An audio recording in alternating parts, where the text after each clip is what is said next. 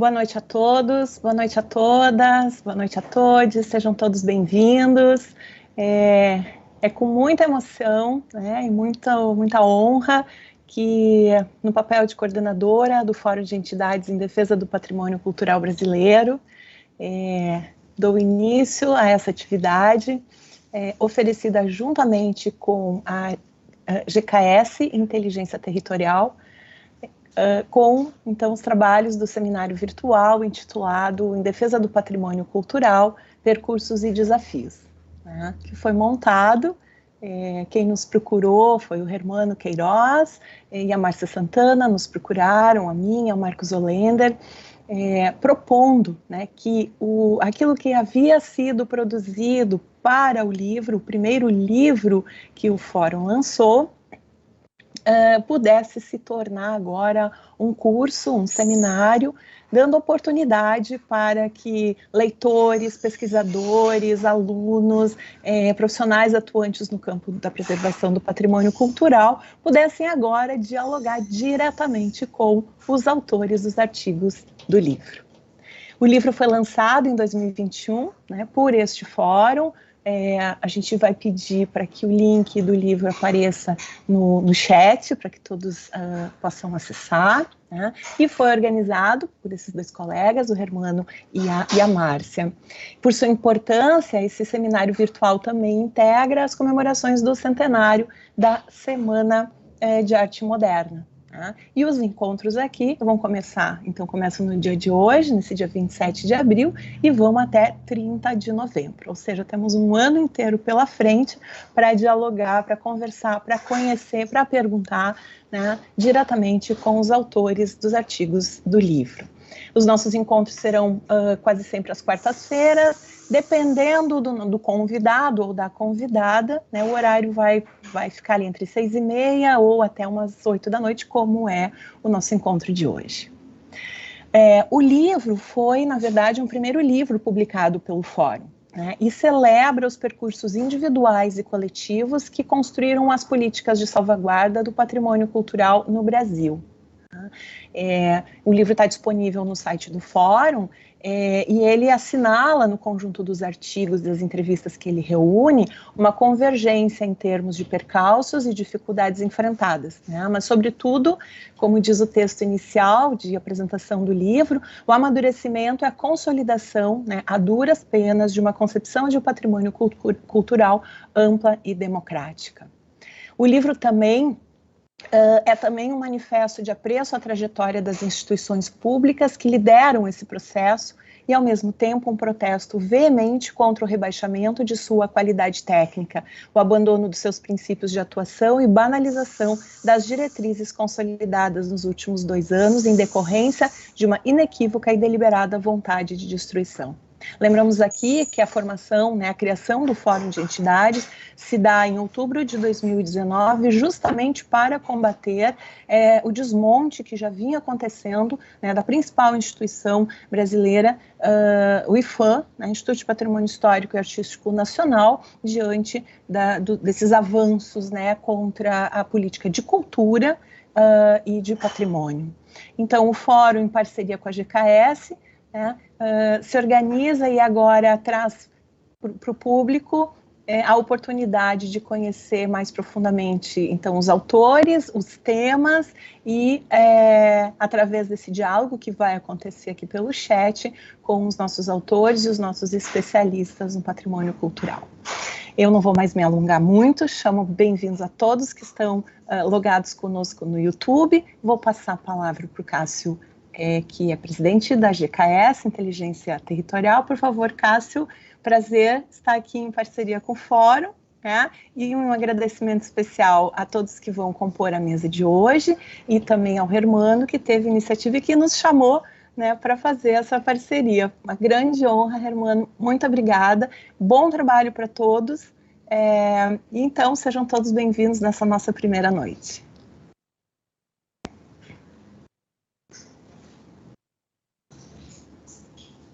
Martina, muitíssimo obrigado. Muito gentil as suas palavras, né? Para mim também é um grande orgulho, uma grande honra estar aqui podendo dividir essa audiência com vocês, né? Num primeiro movimento de parceria, de aproximação da GKS com o Fórum. A gente tem um amparo e um olhar técnico de valorização dos territórios, né, através da cultura, do patrimônio, e para a gente vai ser um grande aprendizado essa oportunidade de estar dividindo aí, como nós conversamos agora há pouco, aí ao longo, do ano, encontros que certamente serão tão produtivos. Eu faço das suas as minhas palavras também. Eu queria agradecer o Hermano, né, que é o líder dessa área na GKS e que é coordenador do livro, e que, com uma visão de dar luz, de democratizar essa informação, nos aproximou e deu essa oportunidade da gente criar um ambiente virtual aí para que mais pessoas pudessem ter acesso a esse rico debate que está presente no livro e que certamente através dessa live e depois de outros momentos, né, porque esse material também vai estar sendo disponibilizado nos respectivos sites das instituições, isso certamente vai amplificar bastante a voz que hoje nós vamos escutar aqui. Então, também não vou me alongar muito, Martina, como você disse, agradeço demais a oportunidade, desejo aí uma boa noite de debates, de aprendizado a todos nós, entre a gente aqui da mesa, não sei se a gente pode falar assim, porque cada um está na sua mesa, mas dos nossos, das pessoas que estão nos ouvindo agora no canal do YouTube, e que isso seja um evento de sucesso. Obrigado aí a todos. Hermano, está contigo. Obrigado, Cássio. Boa noite a todos e todas. É um prazer enorme estar aqui nesta noite festiva, né? De celebração, de algum modo, da Semana de Arte Moderna, que é o que a gente se propõe aqui, dos motivos para a gente estar aqui junto. E minha fala é muito mais no sentido mesmo de agradecer, né, ao Fórum por ter acatado a sugestão de realização desse seminário, que visa, como eu disse, num primeiro momento, celebrar o centenário da Semana de Arte Moderna, mas também tem, de algum modo, o compromisso de difundir um pouco mais, e aí de forma didática e abrangente, as ideias contidas nessa obra que nós tivemos o prazer de lançar em 2001, em defesa do patrimônio cultural brasileiro, organizado pela professora Márcia Santana e também por mim. Eu acho que esses encontros, eles têm também por finalidade ocupar o espaço, né? Ocupar o espaço de discussão e, ao mesmo tempo, de produção de conhecimento num ano importante, como é este ano de 2022, em vários aspectos, num contexto de tanto esvaziamento e de baixa qualidade das políticas públicas de valorização do nosso patrimônio cultural, né? Eu agradeço imensamente aos autores e mediadores, que grande parte já aceitou participar destes encontros, e aqui, neste momento, em especial, a professora Márcia Chuva, que vai trabalhar com a gente como mediadora nesta noite, é a professora Marisa Veloso, autora de um dos textos e hoje palestrante, né, por aceitarem, em realidade, continuar, né, nessa defesa do patrimônio cultural, apresentando de forma mais real, viva, ainda que virtual, suas experiências, suas reflexões e seu pensamento em torno da preservação. E aí, claro, agradecer também à GKS, que é uma empresa que hoje eu integro dentro da área de cultura e patrimônio e que acolheu também prontamente o nosso pedido de apoio, né, como um parceiro para a realização desse seminário. É importante, por fim, claro, sempre dizer que no ano lá de 1988, quando a chamada dimensão imaterial do patrimônio foi constitucionalmente estabelecida dentro da norma, né, da Constituição, não havia no mundo ocidental experiências muito bem conhecidas de trabalhar a preservação dos chamados bens imateriais e muito menos a salvaguarda desses bens, né? Existiam apenas algumas ações pontuais de países orientais aí ao longo de décadas.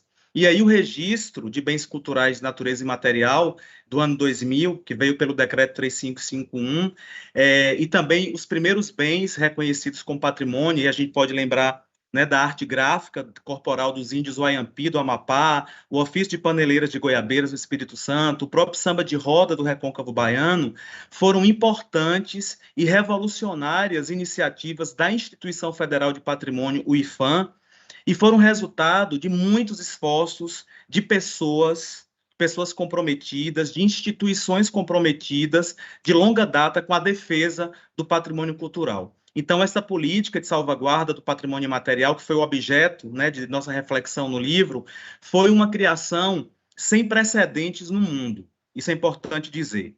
E significou, como bem afirma o nosso querido professor Piano Bezerra de Menezes, uma verdadeira vascularização do campo do patrimônio cultural no Brasil. E isso nós não temos dúvidas. Com pouco tempo, 20 e poucos anos de política, é visível, é perceptível o potencial transformador que essa política de patrimônio imaterial teve no campo do patrimônio urbano também, né? É uma história bastante rica, complexa, com encontros e desencontros, reencontros, acertos e desacertos, né, com sucessos e insucessos, mas a gente pode comemorar muito sobre o seu sucesso. Um tema apaixonante que teremos o prazer de discutir até o mês de novembro, no dia 30 exatamente, que é o aniversário do Decreto-Lei 25 de 37. Então, eu quero agradecer, né, a todos e todas, e meu especial cumprimento aos que acompanham, né, nos acompanham nesta jornada de defesa e luta constante pelo patrimônio cultural brasileiro. Um bom seminário a todos e muito obrigado de já pela participação. Marcos, é com você. Oi, desculpa. Boa noite, obrigado, irmão. Obrigado, Cássio, Martina. Boa noite a todas, boa noite a todos e a todes. Em primeiro lugar, eu acho que não é nunca demais, né, agradecer muito a primeira parceria também com a GKS, né, que espero, uma parceria que está iniciando agora, né, que a gente vai aprimorando no decorrer desse ano, né, e que traga, além desse, outros frutos, né. Eu acho que é uma parceria que tem tudo para ser muito promissora. Agradecer muito a GKS. Agradecer, não tem como, a gente não tem espaço para tudo que a gente tem que agradecer a Irmano e a Márcia pela coordenação do livro, e a Irmano agora por essa iniciativa fantástica de trazer o livro para as lives, né, para esse seminário, para esses eventos, porque é uma oportunidade ímpar, né, Irmano? Quantas pessoas têm condições de assistir e ter a oportunidade de debater, né, com os autores dos artigos que estudam, né, e que ajudam na sua reflexão. E a gente vai dar essa oportunidade. Né, um livro importantíssimo. A professora Inês Martina e o professor Hermano já ressaltaram a importância desse livro. Né, e agora, até o fim desse ano, a gente vai ter oportunidade de estar com os autores desses artigos e debater com eles. Isso é algo difícil, né? Na nossa vida profissional, na nossa vida acadêmica. E é um momento ímpar, um momento importante. Então, agradecer muito, Hermano, também, por essa iniciativa de transformar o livro nesse evento. Queria, eu acho que é importante ressaltar sempre, Martina ressaltou, né, que o livro e tudo que decorreu dele faz parte de todo um processo, né, do Fórum, que é um movimento social que agrega várias entidades, né, e que nesse momento tão sombrio, que pega não só o nosso patrimônio, mas também a nossa política de patrimônio, a gente, ao mesmo tempo que tenta bravamente resistir a esse momento, a gente também propõe alternativas. Né? Não só resiste, como propõe alternativas, como foi o caso do livro e desse evento agora. E, nesse sentido, não só ressaltar isso, né, que, como a Martina ressaltou, que o Fórum ele começa como um movimento social de resistência a esse desmonte da política de preservação do patrimônio brasileiro, né, que é muito simbolizado com o desmonte do IPHAN, mas eu acho que nunca é demais também homenagear nesse momento e sempre os funcionários e as funcionárias do IPHAN. Porque se depois que passar esse momento, né, a gente tiver a condição de reconstruir o que foi destruído e o que permanecer, a gente deve a essa luta cotidiana dos bravos e bravas funcionários e funcionárias do IPHAN, né, que continuam dentro do órgão, resistindo a todos os desmandos e a todos os desmontes. Então, acho que eu gostaria também de fazer publicamente, né, Martina? A gente sempre tem se preocupado com isso, essa homenagem aos funcionários e funcionárias que Hermano conhece bem como ex-diretor que foi do Patrimônio Imaterial, né? Que sabe a importância, né? Como vestem a camisa, como a gente diz popularmente, né? Como é importante esse cotidiano do IPHAN, né? Essa instituição tão importante, tão querida, principalmente pelos seus funcionários e por todos nós. Nesse sentido, nada melhor do que abrir esse evento, eu vou chamar de evento, né? São vários eventos, mas que é um grande evento, com uma ex-funcionária do IPHAN também, né? Mediando esse evento, que é a professora Márcia Chuva, cuja vida profissional se inicia exatamente dentro do órgão, como funcionária, como historiadora do IPHAN. Mas antes disso, antes de passar a apresentação da Márcia, eu queria rapidamente, sem me estender muito, só responder no chat. Teve o Rony, né, perguntando a questão da transformar em projetos em evento de extensão. Eu só queria informar a todos e todas que estão nos assistindo que isso já está sendo pensado. Esse grande evento que vai até 30 de novembro, ele está sendo formatado como um curso de extensão. É claro, hoje é a abertura desse evento, blindado com a palestra da professora Marisa Veloso, uma abertura desse evento, mas no decorrer das próximas semanas, vocês vão ter acesso às informações necessárias, porque a gente está caracterizando esse evento como um grande curso de extensão, tá? Então, isso eu queria deixar só claro para todos e todas. E agora, então, concluindo, apresentar a nossa mediadora de hoje, né, agradecendo de novo a todos e todas aqui presentes né, e que estão nos bastidores também, né, Hermano? Que não aparecem aqui, mas estão nos bastidores da transmissão, né? Como é que é? Vinícius... Gabriel. E Gabriel, né, que estão aqui na transmissão. Sem eles não seria possível a gente estar aqui hoje.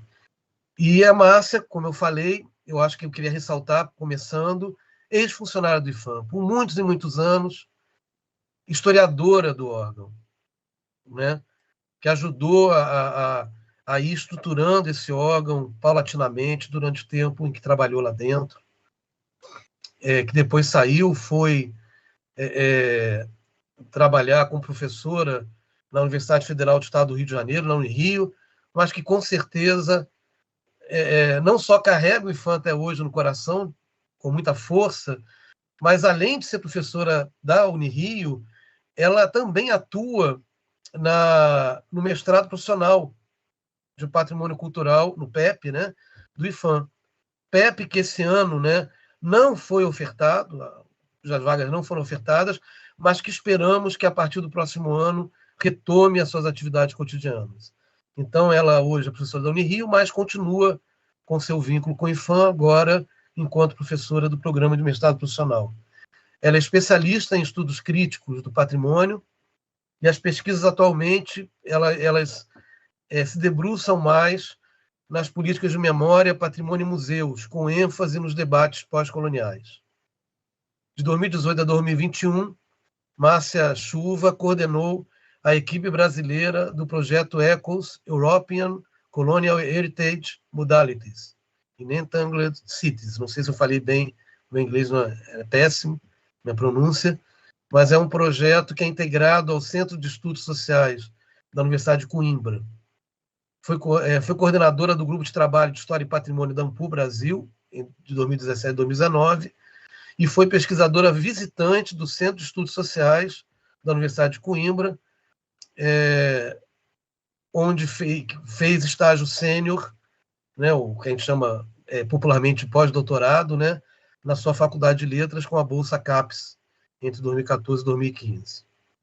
E dentre suas principais publicações, destaca-se o livro, que é uma referência a todos e todas que trabalham com patrimônio, que é os arquitetos da memória.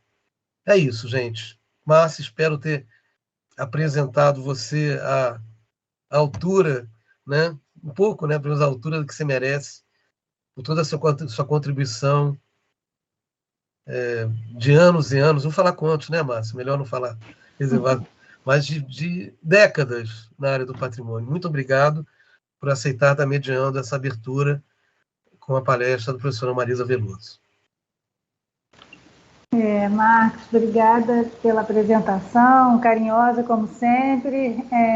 Boa noite a todos e todas, enfim, a todos que estão aqui na mesa e também nos bastidores, já agradecendo antecipadamente. É um prazer e um compromisso para mim, sempre, qualquer convocação do fórum, para mim, é uma tarefa a ser cumprida, assim, não dá para dizer não para o fórum. Então, não que essa tarefa não me agrade, pelo contrário, é um prazer estar aqui com a Marisa, mas seja lá o que for, eu estou sempre vestindo a camisa do fórum, vocês sabem disso, e é muito importante para mim, então, estar abrindo esse evento aqui junto com a professora Marisa. Eu não vou me estender, eu vou já partir para a apresentação da Marisa para a gente ouvi-la, que é assim, a protagonista aqui do nosso encontro de hoje. Então, a Marisa Veloso Mota Santos, ou Marisa Veloso, como a gente chama, como ela é conhecida na nossa área, fez a sua carreira na UNB, desde o mestrado em 83, doutorado em 92, sempre na antropologia. Eu tenho um pós-doutorado na New York University, em 2002, com ênfase nos estudos urbanos. É professora da UNB, no Departamento de Sociologia, né? E também professora do curso preparatório à carreira diplomática no Instituto Rio Branco, no Ministério das Relações Exteriores. Ela, então, atua na formação dos nossos diplomatas, né? Pesquisa nas áreas de sociologia da cultura, sociologia urbana, sociologia da memória e do patrimônio cultural, sociologia dos intelectuais e do pensamento social brasileiro e latino-americano. A tese da Marisa Veloso, chamada O Tecido do Tempo, a ideia do patrimônio cultural no Brasil, data de 92. É uma tese seminal, a primeira tese a ser concluída no Brasil, no campo das ciências sociais, a respeito das políticas de patrimônio no Brasil. Antes dela, a gente tem a tese do José Reginaldo Gonçalves, que é de 89, mas ela foi concluída na universidade no Canadá. Então, a gente tem esses dois estudos como estudos seminais, fundadores mesmo, de um campo de estudos nas políticas de patrimônio no Brasil. Então, Marisa tem, logo em seguida, alguns anos depois, publica um artigo que tornou conhecida sua tese, que é o Nasce Academia SFAM, na Revista do Patrimônio, e a tese que eu pude ler a tese da Marisa ainda como tese, então era um exemplar na Biblioteca Noronha Santos, mas ela era pouco acessível, por isso mesmo. Então, agora a gente tem, desde 2018, a publicação da tese, a Marisa mostrou ali o livro, foi publicado pela UNB, O Tecido do Tempo, a ideia de patrimônio cultural no Brasil e a Academia SFAM. É muito bacana que, finalmente, esse livro tão importante, tão seminal para os estudos de patrimônio e das políticas de patrimônio no Brasil, tenha sido publicado, finalmente. A Marisa, né, a gente está inaugurando um seminário que comemora os 100 anos da Semana de Arte Moderna de 22, e o trabalho da Marisa vai transitar nesse contexto, trabalhar com os intelectuais que estiveram envolvidos diretamente com a política de patrimônio, ali desde os anos 20, nos anos 30 e 40, que advêm vários deles do movimento modernista, dos movimentos modernistas e da Semana de 22. Então, acho que não podia ter sido a melhor escolha para inaugurar esse evento. Inclusive, ela abre o livro, o artigo dela é o primeiro do livro, justamente porque está abrindo os trabalhos a respeito desse debate. No livro, o título do artigo é Modernismo e Tradição, a Gênese do Patrimônio Histórico e Artístico no Brasil. Então, eu vou passar a palavra para Marisa, querida, e aguardar sua palestra, para a gente depois poder abrir para um debate que vocês vão poder, algumas questões vão poder ser respondidas ao final, a partir desde que elas sejam escritas no site, né, no chat, e a gente vê o que é possível com o tempo que nós tivermos. Então, Marisa, bem-vinda, passo a palavra a você, fique à vontade. Obrigadíssima pela apresentação também, muito carinhosa e muito generosa, né? E dou boa noite a todos e todos os presentes, a Martina, representando o Fórum Nacional de Entidades em Defesa do Patrimônio Cultural, ao Hermano Queiroz, que está da GKS, a Márcia Chuva, que vai mediar essa minha apresentação, ao Marcos, que fez a apresentação, a todos que compõem esta mesa, esse momento, né? E agradeço muito o convite, a participação, que foi feito pela professora Márcia Santana e pelo Hermano no começo, quando começou a se pensar num livro para comemorar os 20 anos de patrimônio imaterial, e me convidaram, então, para escrever, né, um artigo sobre a minha tese, que tratava um pouco do surgimento do IPHAN, né, o que eu chamei de Academia IPHAN, e como instituição, né, e eu fico também muito contente de estar aqui hoje e parabenizo, né, esse fórum e ao Hermano, a Márcia, todos que estão aqui, por ter tido essa ideia de fazer este evento, né, como chamou o Marcos, com essas palestras, com essas discussões sobre patrimônio. Porque eu acho que, como já foi dito, né, nessas comemorações do centenário da Semana de Arte Moderna, eu tenho visto muitas questões importantes sobre o modernismo serem discutidas, serem retomadas, e não tenho visto muito essa relação entre patrimônio e modernismo, que para mim é o ponto básico que eu vou discutir hoje aqui com vocês, né, como que foram justamente os intelectuais modernistas que construíram e fizeram a proposta de criar uma instituição voltada à preservação dos bens culturais, né?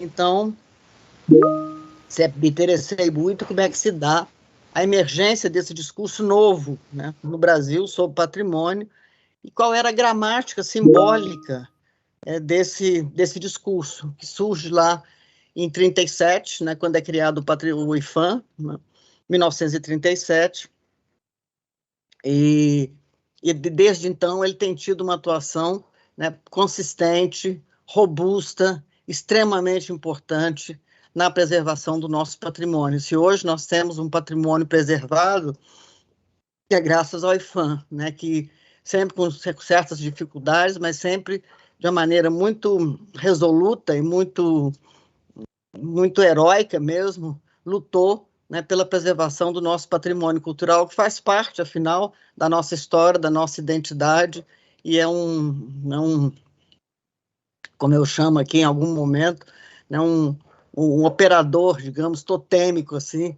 da nossa própria identidade quanto cultura brasileira, né?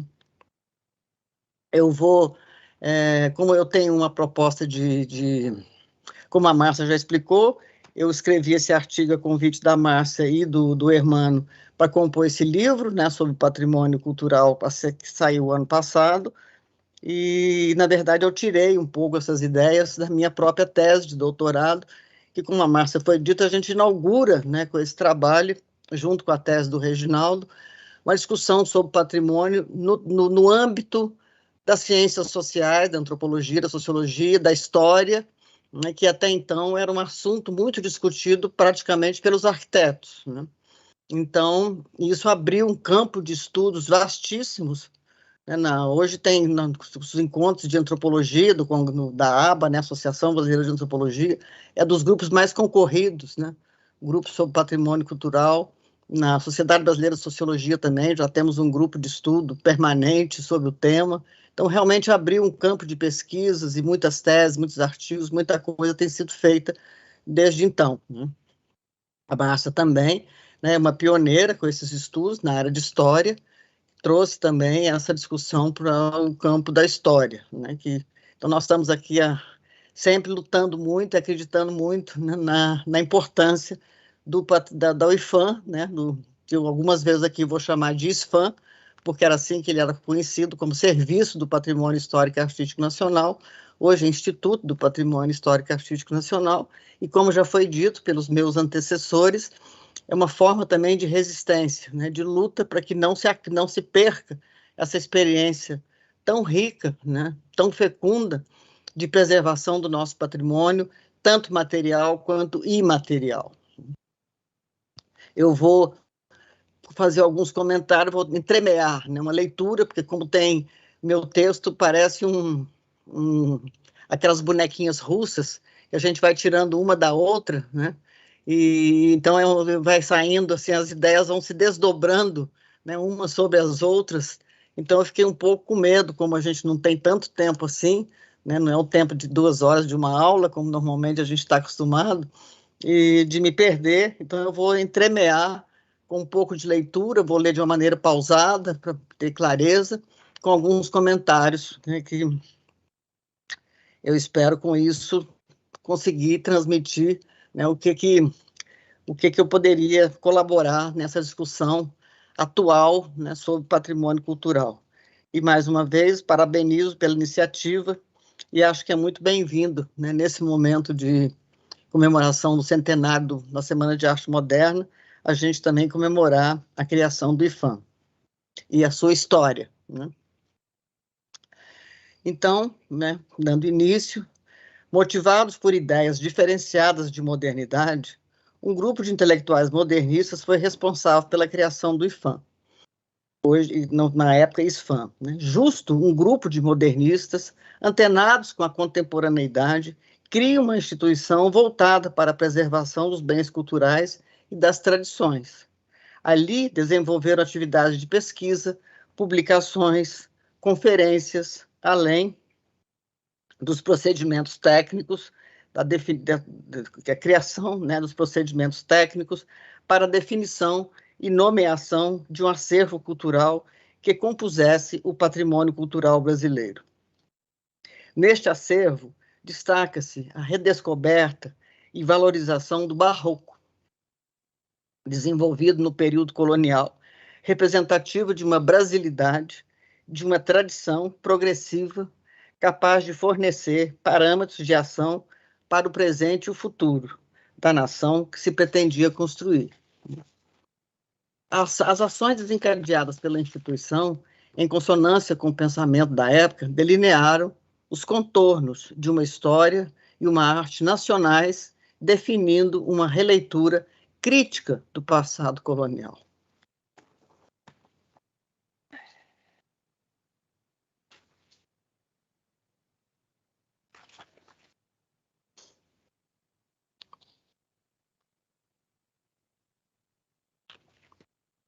Desde o fim da Primeira Guerra Mundial, em 1918, foram percebidos no país o desencanto com a Europa e o estremecimento da crença incondicional na civilização ocidental em seu ideal de progresso. Esse fato, extremamente significativo, ensejou a necessidade de buscar a singularidade da cultura, uma cultura local mais autêntica e não apenas absorver modelos estrangeiros, como até então era a prática vigente. O movimento modernista voltou-se, assim, para a redescoberta de um Brasil mais profundo, o que resultou em ensaios sócio-históricos de grande originalidade que ficaram conhecidos como Nossa Historiografia das Ideias, como Retratos do Brasil, referência à obra de Retrato do Brasil, de Paulo Prado, publicado em 1928, mesmo ano de lançamento do emblemático Macunaíma, de Mário de Andrade. Datam desse período obras como Casa Grande Senzala, de Gilberto Freire, Raiz do Brasil, de Sérgio Buarque de Holanda, e Formação do Brasil Contemporâneo, Caio Prado Júnior. Então, havia essa ansiedade, né, em redescobrir o Brasil e reinterpretar a cultura brasileira. O nacionalismo é o eixo aglutinador dessa ânsia de descobrir o Brasil.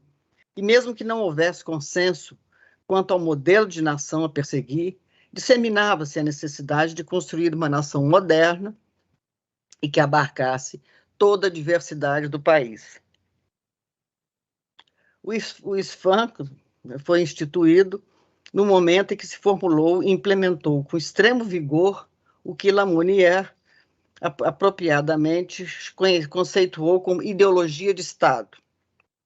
Concomitantemente, os intelectuais construíram uma representação de sua identidade como guardiões e detentores de uma missão: desvendar a nação, nomeá-la, dar-lhe uma fisionomia. Mais do que isso, esse grupo de intelectuais formou uma inteligência, um conceito utilizado por Mannheim, que buscava renovar os cânones estéticos, contestava a cultura dominante, valorizava as raízes e tudo o que é brasileiro, desesperava-se com o atraso cultural do país, com as estruturas retrógradas da sociedade e procurava uma identidade social, tentando estabelecer pontes entre a modernidade e a modernização. Que matriz essa temática, né, da relação dos intelectuais com o Estado, e especialmente com o Estado Novo, tem sido muito debatido, muito estudado, tem várias posições de vários intelectuais a esse respeito. O que me interessava era que matrizes ideológicas sustentaram o regime político que vigorou a partir da Revolução de 30, passando pelo Estado Novo, e se estenderam até 1945. Como foi possível encontrar um espaço político para criar uma instituição voltada para a preservação de bens e valores da tradição brasileira? Que brechas foram encontradas na ideologia oficial daquele período que permitiram a inserção de um discurso articulado a partir da valorização do passado, das cidades históricas, do barroco, como emblema coletivo de origem e de nação? Ou ainda, como foi possível elaborar um discurso que conferisse sentido e positividade às categorias de tradição e história, tendo como parâmetro a busca das marcas da universalidade da cultura brasileira, formada na trama de uma rede de conexões entre diferentes matrizes, etnias e grupos sociais. Então, né, justamente eu me perguntava como foi possível essa aproximação entre o discurso dos intelectuais modernistas, todos extremamente, né, vanguardas, pertencentes a uma vanguarda, e o discurso do Estado. Naquele momento, o discurso sobre patrimônio é atravessado por uma proposição básica: a nação necessita encontrar sua identidade, sua fisionomia, pois ela é, em si mesma, um monumento de civilização. É marcante a participação dos intelectuais na burocracia estatal durante o governo Getúlio Vargas.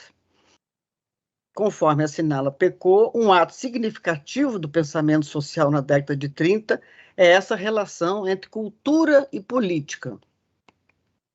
A identidade do intelectual brasileiro, como ator político, é construída num jogo de espelhos com o Estado, em que ambos estão interessados em organizar politicamente a sociedade e a cultura.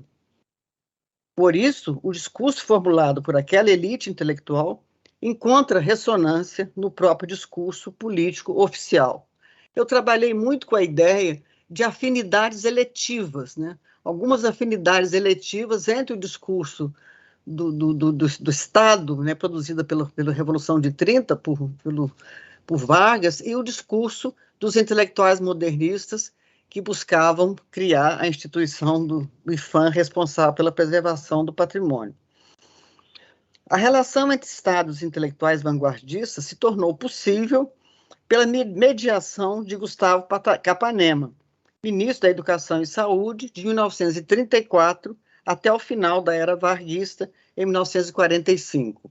Isso é uma longa discussão, né, sobre as várias instituições culturais que os modernistas criaram nesse período do Capanema, né, por exemplo, Serviço de Radiodifusão Educativa, Instituto Nacional de Cinema Educativo, Serviço Nacional de Teatro, e vários desses postos administrativos daquele ministério foram ocupados pelos modernistas, como o próprio Capanema, escolhido como seu chefe de gabinete, Carlos Drummond de Andrade. Apesar do autoritarismo político vigente, principalmente durante o Estado Novo, 37 a 45, 1937 a 1945, grupos da elite intelectual são acolhidos no seio da burocracia estatal, naquele momento em que a ideia de cultura gozou de grande prestígio, sendo compreendida como sinônimo de civilização. Enfatiza-se, então, o conceito de cultura brasileira como algo específico, o que ensejou uma significativa produção histórica, estética, etnográfica, histórica e literária. Os intelectuais, eu vou chamar a atenção, são vários intelectuais que participam do IPHAN, né, não só como funcionários, mas como frequentavam, né, o IPHAN, mas eu vou destacar aqui pelo menos 3 desses intelectuais, né? O Rodrigo Melo Franco de Andrade, que foi um dos que gestou, né, juntamente com Mário de Andrade, o projeto de criação do IPHAN, Lúcio Costa e Mário de Andrade. Os intelectuais que atuaram junto ao IPHAN, mesmo que nem todos estivessem formalmente vinculados à instituição, compuseram um grupo bastante integrado e profundamente marcado pela presença de um líder carismático, Rodrigo Melo Franco de Andrade. Ele criou o Serviço do Patrimônio em 1937 e o dirigiu até 1969, imprimindo-lhe uma marca de entusiasmo, seriedade e espírito de pesquisa, o que me levou a denominar o órgão como Academia SFAM, né? SFAM porque era Serviço do Patrimônio, que é o que está no meu livro, né? que é o que eu discuti na minha tese. Cosmopolita e erudito, Rodrigo empenhou-se na construção de um discurso novo que enfatizava a universalidade e tornava visível o que havia de melhor na cultura brasileira. Publicou artigos em jornais, participou de diversas publicações de vanguarda, como a Revista do Brasil. Bom, foi também o criador, né, juntamente com os intelectuais, da Revista do Patrimônio Histórico e Artístico Nacional, que existia até 1 ano atrás ou 2 anos atrás. Não sei se ainda continua existindo, mas foi uma revista importantíssima, de longa duração. Aliás, chama a atenção, né, a importância da instituição do IPHAN, que é uma instituição criada em 1937 e até hoje mantém seu vigor, sua força, mesmo estando sendo, né, um pouco combalida ultimamente, como já foi dito, nesses tempos sombrios que estamos vivendo.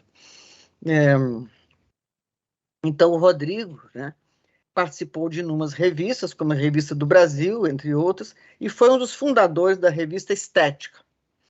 Seus ensaios, sempre muito eruditos, em estilo circunspecto, embora também bem-humorado, foram seminais e abordaram temas pouquíssimos estudados até então, uma pintura colonial brasileira e outros aspectos da arquitetura e da arte nacionais.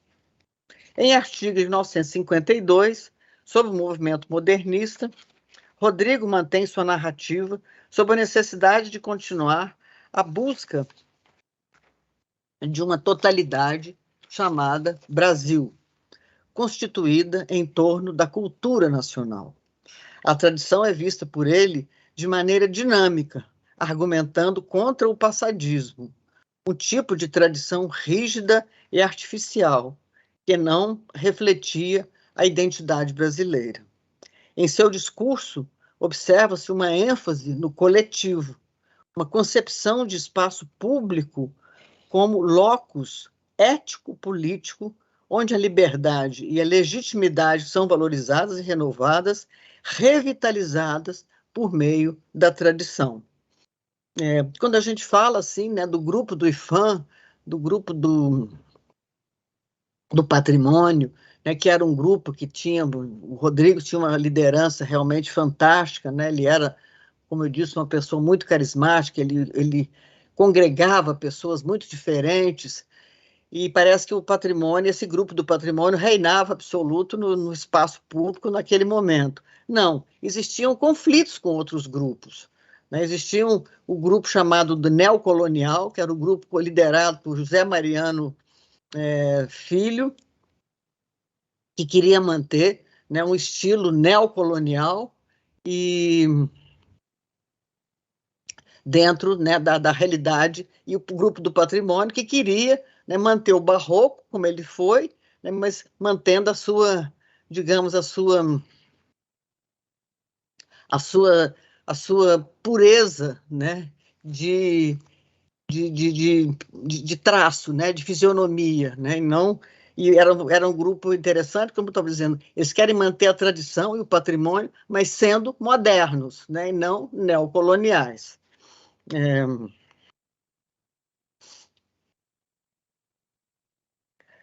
A atribuição dos significados ao passado coletivo, seu poder aglutinador e de testemunho, criava um elo entre passado, presente e futuro.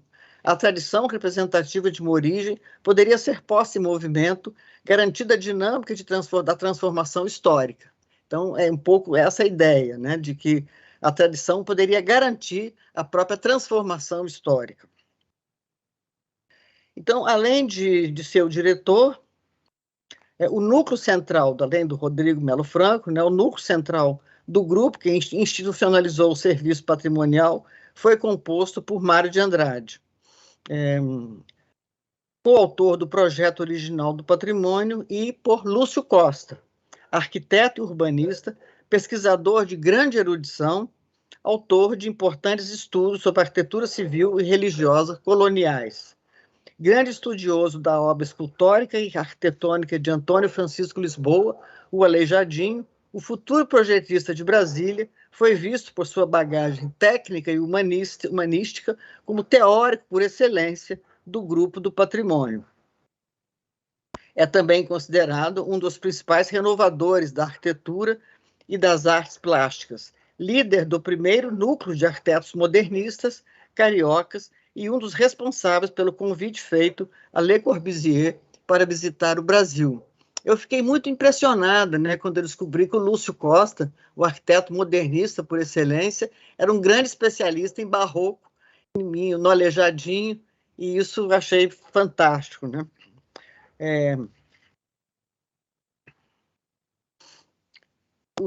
Como todo mundo sabe, o Lúcio Costa, ao lado do Niemeyer, né, foram responsáveis pelo restauro e remodelação de Ouro Preto, capital simbólica do passado colonial. Esses dois arquitetos tiveram seus nomes para sempre atrelados também à construção de Brasília. Lúcio como autor do projeto urbano e Niemeyer, autor dos principais edifícios e palácios da moderníssima capital que iria alavancar o futuro do Brasil. Então, também essa é uma outra relação que me pareceu muito interessante. Algumas vezes eu pensei sobre isso, escrevi também artigos sobre isso, a relação entre Ouro Preto e Brasília, né? Algumas vezes me perguntei, será Brasília uma cidade barroca? Né? Que temos alguns traços aqui. A Catedral de Brasília tem uma expressividade, né, muito barroca, embora seja um dos edifícios mais modernos da cidade. Mário de Andrade, outro grande intelectual do patrimônio, um dos principais artífices do modernismo brasileiro, é também figura incontornável quando se fala de patrimônio, tendo desempenhado papel decisivo na constituição de seu ideário, não somente por ser o autor, juntamente com o próprio Rodrigo, do projeto inicial da instituição que visava a preservação de toda a arte e cultura eruditas, como também por advogar em nome das manifestações culturais dos povos indígenas, africanos e todas as tradições populares. Hoje, nós conhecemos como patrimônio imaterial. Quer dizer, o Mário, já naquele tempo, falava em livros etnográficos, né, do livro do tombo, seria um livro etnográfico, onde todas as tradições, ele inventou um conceito de tradições móveis e tradições imóveis. As tradições móveis seriam o que a gente hoje chamaria de patrimônio imaterial, quer dizer, isso já estava na cabeça do Mário desde a criação do IPHAN, né? Ele acreditava na existência de uma cultura nacional autêntica, formada ao longo da história pelas etnias que aqui foram postas em confronto. Uma cultura fundamentalmente mestiça, reveladora do nosso passado, de nossa história, de nossa arte. Suas ideias, seu entusiasmo e sua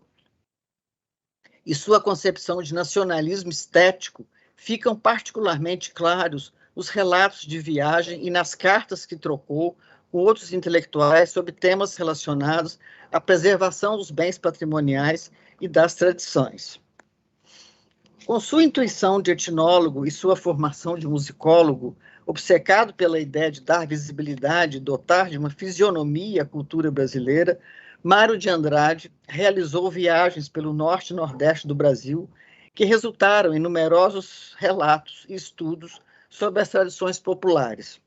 Suas pesquisas etnográficas sobre danças dramáticas, músicas, lendas, folguedos, mostram a concepção inclusiva das múltiplas expressões da cultura brasileira, como nosso modo arlequinal de ser, né? Arlequim, feito de pedaços, né? A roupa do arlequim são vários pedaços, é o nosso modo alerquinal de ser, como dizia Mário de Andrade. Em suas andanças, descobriu também fortalezas, capelas, igrejas, estudando-as, nomeando-as como patrimônio comum, pertencente a todos os brasileiros. Mário foi um guerreiro intrépido na defesa do patrimônio cultural. Dizia ele, o que me interessa é esse todo chamado Brasil. Foi um dos principais teóricos sobre a função da literatura e da arte em geral em uma sociedade, cunhando expressões como arte interessada e nacionalismo estético. Atento à necessidade de se implantar no Brasil parâmetros da modernidade, buscava na arte, por ser fruto de uma produção social e histórica singular, sua função de integração da nação ao universal. Isso Mário falando, para haver essa integração, um pressuposto é necessário. Há de haver adequações da arte à terra em que ela produz, ou ainda o caminho que conduz o espírito para a sua integração no cosmos passa necessariamente pela integração no território da nação. No caso particular da arte, é pela imensidão, pela imersão no nacional que se dá a comunicação com o universo inteligente. As palavras do Mário de Andrade. Ele foi um grande escrivinhador de cartas. Numa dessas, interessado ao cético e pessimista Carlos Drummond de Andrade, assim se expressa. Nós temos que dar uma alma ao Brasil e, para isso, todo sacrifício é grandioso, é sublime. Em crônicas sobre esta carta, Drummond observa a preocupação de Mário em construir uma consciência coletiva e sua atitude de colocar-se na posição de sujeito com o pronome nós. É em nome de um grupo e de uma geração que ele fala. Alguns outros intelectuais de renome colaboraram na construção institucional do IPHAN, como Gilberto Freire, Alceu Amoroso Lima, Carlos Drummond de Andrade, Pedro Nava, Afonso Arinos de Melo Franco, Prudente de Moraes Neto, Sérgio Buarque de Holanda, Manuel Bandeira, Heloísa Alberto Torres, Cecília Meirelles, além do principal mediador de todos eles, que era Gustavo Capanema. Estava formada, então, uma rede bem articulada de troca de informações e ideias entre o grupo que atuava no Rio de Janeiro e São Paulo e outros intelectuais e técnicos de Minas Gerais, Bahia, Pernambuco, Rio Grande do Sul e outros estados brasileiros, né? Criou-se entre eles um repertório de experiências compartilhadas, um horizonte cultural comum, empenhados que estavam em promover uma renovação estética e uma revisão crítica da história do Brasil. Todos sofriam intensamente de uma espécie de dilaceramento da consciência social. Daí a necessidade de construírem sua subjetividade em interação com a experiência coletiva. Pela biografia dos participantes da geração heróica do grupo do patrimônio, percebe-se que todos integram, de alguma forma, a base do movimento modernista. Daí o aparente paradoxo. Como foi possível que um grupo vanguardista, afinado com valores modernos, valorizasse o passado e a tradição? A postura desses intelectuais identifica-se totalmente com o pensamento da vanguarda, empenhados que estão em renovar a inteligência, né, e produzir no horizonte da cultura novos valores estéticos e históricos para pensar a nação a partir de seu patrimônio cultural, que necessitava ser identificado, nomeado e reconhecido. No discurso produzido por essa geração, destaca-se como ponto crucial a tomada de consciência de um novo momento da modernidade, muito diferente da concepção compartilhada pelos intelectuais no final do século XIX. No Brasil, que marcados pelo evolucionismo, positivismo, naturalismo e outros ismos mais, pautavam sua interpretação do Brasil pelo paradigma biológico para explicar nosso atraso em função da mestiçagem e do clima tropical, entendidos como óbices, como deficiências, ignorando o período colonial por considerá-lo prova desse atraso, uma herança a ser esquecida. Os intelectuais, antes dos modernistas, não queriam nem saber, ouvir falar em período colonial, né? Não deram a menor importância para o barroco, nem para nada que tivesse sido vivenciado pelo período colonial. Já a modernidade vanguardista do século XX põe o foco na história e nas ciências sociais, o que lhe permitiu construir uma leitura inovadora da realidade brasileira a partir do conceito abrangente de cultura que incluía os diferentes povos e raças, com sua originalidade, tradições e manifestações formadoras do arcabouço da nacionalidade. Os modernistas abandonaram o conceito de raça, que é um conceito que divide, que separa, que hierarquiza, pelo conceito de cultura, que agrega e soma, né? Então, isso é um dos pontos altos que eu acho do modernismo brasileiro, que foi tão importante para a criação e, né, funcionamento, digamos assim, do próprio IPHAN, né? A passagem do conceito de raça para o conceito de cultura. E que esses modernistas vão criar o conceito de cultura brasileira, né? Que motivações de ordem política e estética concorreram para que a formação da ideia de patrimônio tomasse corpo naquele momento? Quais são as implicações e consequências da assunção de tal ideia para a preservação dos bens patrimoniais? Como se formaram as séries discursivas que deram sustentação às práticas institucionais que se seguiram?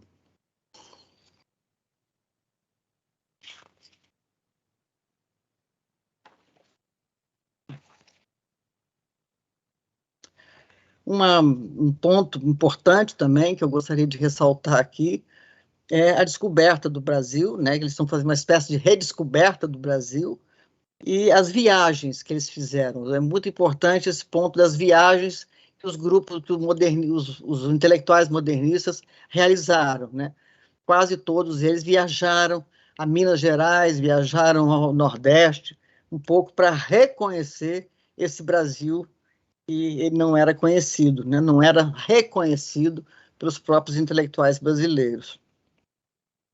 As primeiras manifestações voltadas para a valorização do passado ocorreram a partir de uma conferência intitulada A Arte Tradicional no Brasil, proferida em 1914 por Ricardo Severo, engenheiro de origem portuguesa, que realizou alentadas pesquisas sobre a arte colonial em São Paulo e Minas Gerais. Sua fala exaltou o período colonial, até então pouco valorizado, como um dos momentos mais importantes da formação de nossa nacionalidade e um dos que mais careciam de pesquisa. A conferência teve grande repercussão à época, sendo inclusive citada por Mário de Andrade em artigos sobre o Aleijadinho. Estava dado o alerta. A partir de então, possibilidades concretas se abriram em busca do passado colonial brasileiro, em busca de maior conhecimento e reinterpretação do que até ali havia sido construído do ponto de vista da cultura. Desencadeia-se um intenso processo de redescoberta da arte colonial, especialmente do barroco mineiro, paulista e goiano, que era muito conhecido o barroco litorâneo, né? O barroco da Bahia, Rio de Janeiro, e Recife, Pernambuco, etc. Em 1919, Mário de Andrade, com a intenção de conhecer o poeta simbolista mineiro Alfonso de Guimarães, por ele admirado, percorre o roteiro Belo Horizonte, Ouro Preto, Mariana, cidade onde vivia o poeta.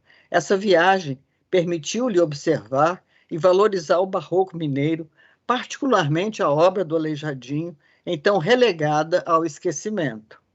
Em ensaio hoje considerado clássico, o Aleijadinho, né, o escritor reconhece no artista mulato mineiro uma valiosa expressão de arte brasileira genuína, atribuindo muito de sua originalidade e força à diferença que produziu em relação ao barroco português, talvez pelo fato de ser mestiço, né, Aleijadinho. Essa atitude de um prestigiado intelectual paulista muito influenciou os próprios intelectuais mineiros, que passaram a querer conhecer e vivenciar as cidades coloniais e as manifestações da arte barroca. Outra viagem que ocorreu em 1924 parece ser eloquente testemunho do interesse pela arte do período colonial e pelo barroco. Trata-se da conhecida caravana dos intelectuais modernistas paulistas, Mário de Andrade, Oswaldo de Andrade, Tarsila do Amaral, dentre outros, as cidades históricas, que viajaram pelas cidades históricas de Minas Gerais para mostrar ao poeta franco-suíço Blaise Cendrars, e que então visitava o Brasil, a convite do mecenas do movimento modernista Paulo Prado, que havia ali, né, em Minas Gerais, através do Aleijadinho, a arte brasileira autêntica e de expressão universal. A visita desses intelectuais paulistas às cidades históricas e à capital Belo Horizonte teve também grande importância para o rico intercâmbio que passou a existir com os modernistas mineiros, Carlos Drummond de Andrade, Martins de Almeida, Pedro Nava, João Alfonso, Emílio Moura, entre outros. O encontro entre esses dois grupos modernistas terá importante repercussão na renovação estética e na futura organização das várias instituições culturais, particularmente do IFAM. A principal consequência desse intercâmbio entre mineiros e paulistas foi a redescoberta do barroco do século XVIII e a modernidade do conceito de cultura brasileira como mediação entre o singular e o universal. Então, eles montaram essa equação, né, o singular, a nação, a cultura e o universal.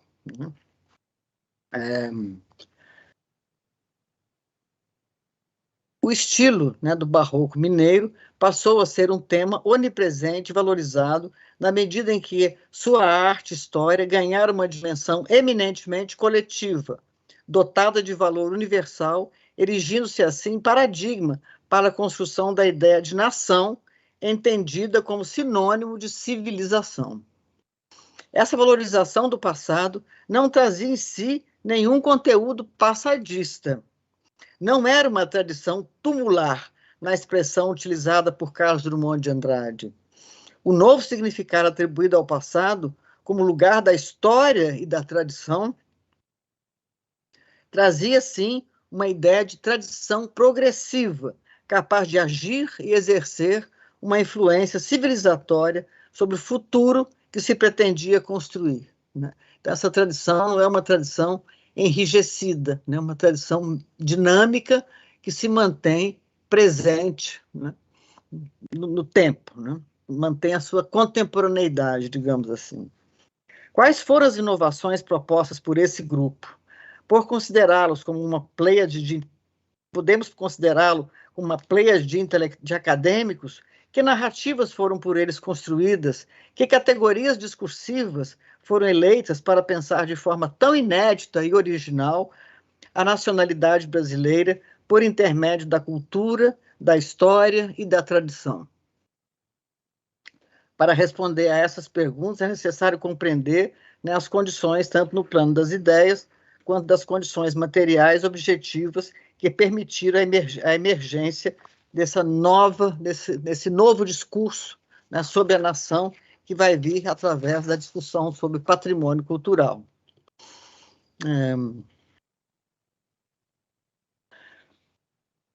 Numa primeira aproximação, tais ideias dizem respeito a uma nova forma de concepção da história, com ênfase na tradição e na história social, assim como a emergência de uma nova relação entre indivíduo e sociedade mediada pelo Estado.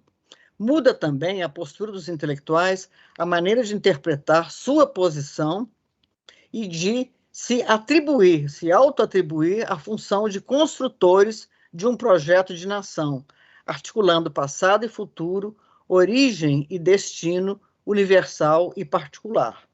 Para isso, elaboraram categorias mediadoras, capazes de dar visibilidade aos monumentos arquitetônicos, objetos de arte, documentos e tradições populares nas quais seriam encontrados as evidências da existência de um arcabouço cultural que havia se formado ao longo do processo histórico da construção da nação.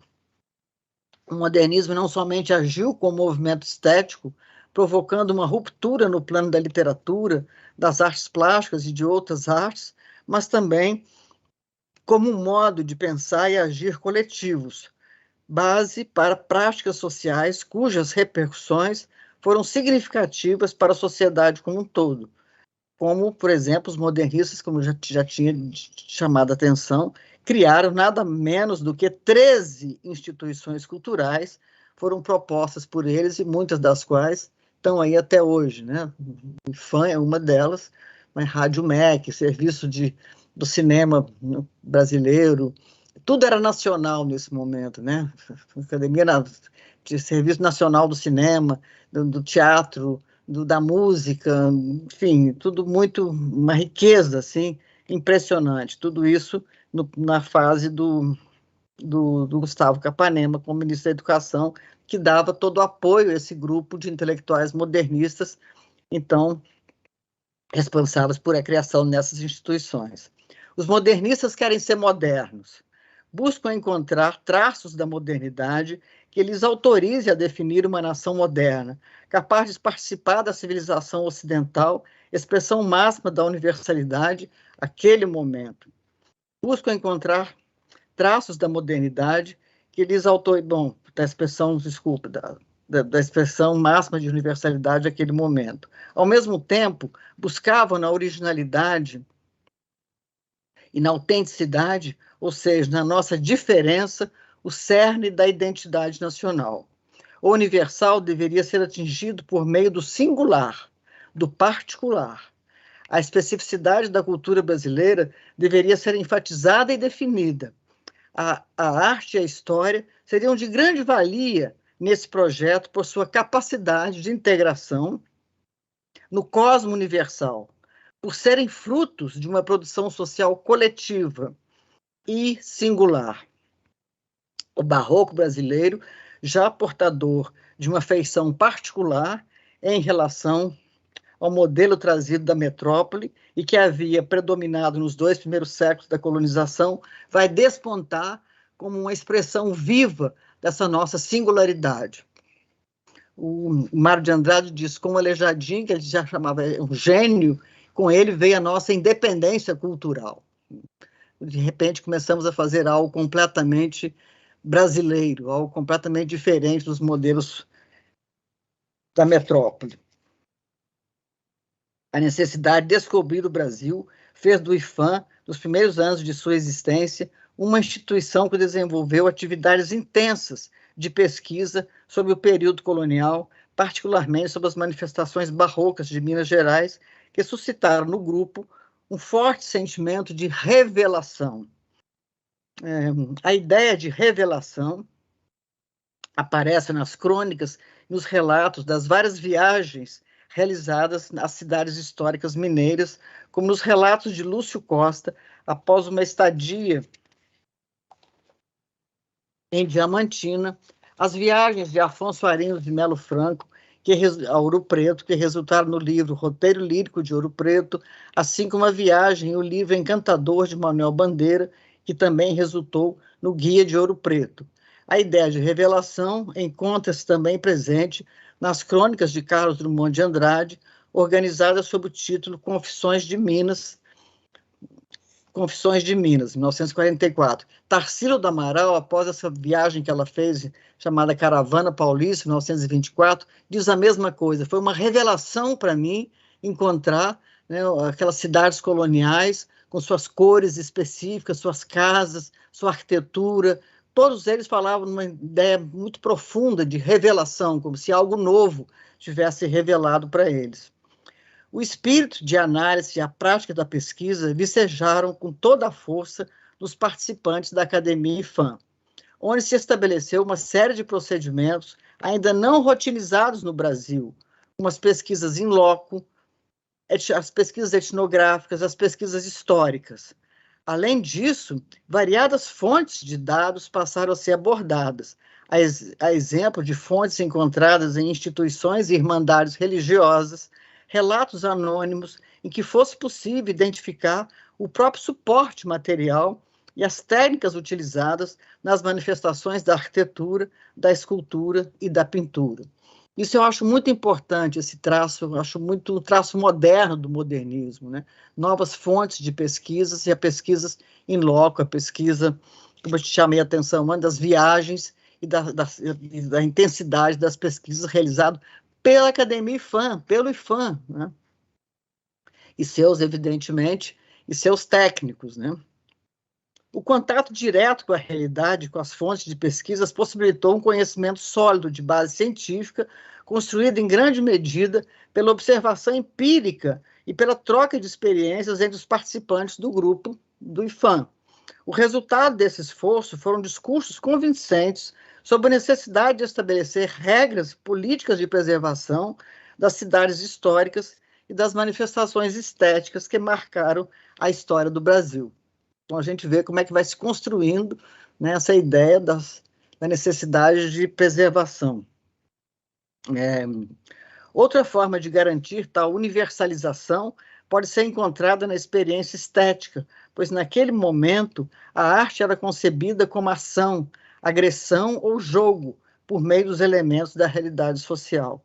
A arte passa a ser, então, sinônimo de metamorfose. É importante observar que, tanto no barroco quanto no modernismo, a arte é concebida como transbordamento da vida, como possibilidade radical de atingir o universal por intermédio do singular. No entanto, mais que um estilo de arte, esses dois momentos, modernismo e barroco, cronologicamente distantes, têm em comum o fato de incluírem todos os domínios da vida social, cronologicamente distantes, que têm em comum, né, o fato de incluírem todos os domínios da vida social, penetrarem nas atividades cotidianas, nas festas cívicas e religiosas, com seu gosto do grandioso e do espetacular. Eu vou construir uma série de aproximações vou construindo ao longo do meu trabalho, da minha pesquisa, aproximações entre barroco e modernismo.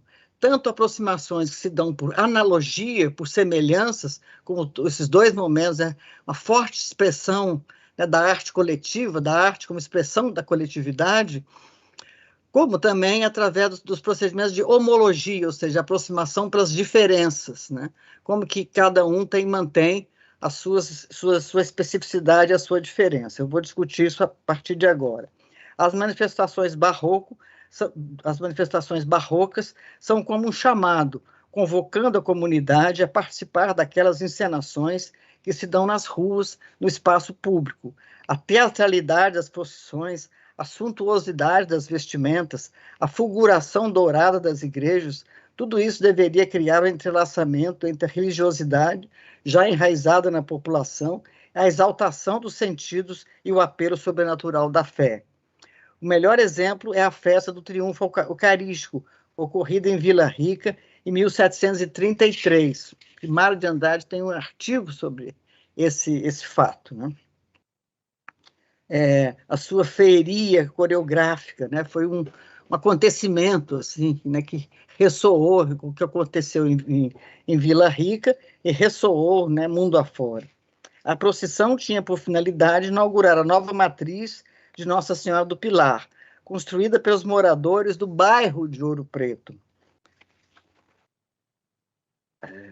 Já no período modernista, quando o processo de modernização parecia irreversível e inexorável, havia também uma preocupação em organizar eventos cívicos grandiosos, os grandes corais regidos por Villa-Lobos, em estádios, os desfiles escolares, rituais repletos de discursos e bandeiras, unindo ideias estéticas e políticas, convidando a consolidação definitiva da modernidade e a adesão popular, pondo em circulação, de forma renovada, antigas categorias simbólicas derivadas da história cultural e política, tais como povo, nação, Estado, a ideia do nacional e da ideia de civilização.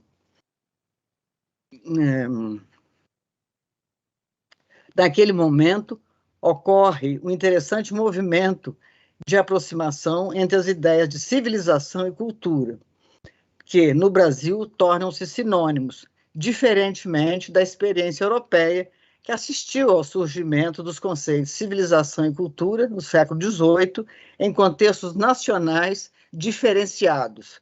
A França e a Inglaterra, no primeiro caso, onde os intelectuais construíram o conceito de civilização, apontando para um sentido de cortesia e de progresso material. E a Alemanha, no segundo caso, onde os intelectuais valorizaram o conceito de cultura, em uma atitude intencionalmente voltada para o que há de específico na própria nação, um conceito mais localista e baseado em valores e obras intelectuais. O contraste entre tais conceitos pode ser explicado pelas posições diferenciadas que os intelectuais ocupavam em cada uma das duas sociedades em relação ao campo do poder.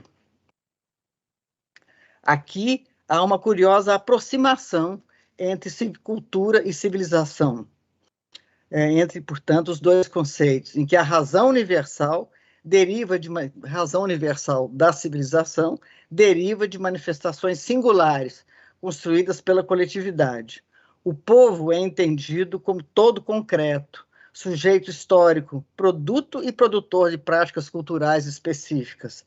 Essa equação original entre civilização e cultura é fundamental para compreender o surgimento do Instituto do Patrimônio, com o objetivo de salvaguardar bens e valores representativos de uma nacionalidade e possuidores de um conteúdo histórico e artístico universal, pois assim seria possível garantir e viabilizar trocas culturais com outras nações de modo altivo e igualitário. Então, veja a importância desses conceitos, né, de civilização, cultura, que são muito postos em circulação por esse grupo de modernistas, de intelectuais, que estão, né, construindo o nosso patrimônio cultural, a instituição do IPHAN.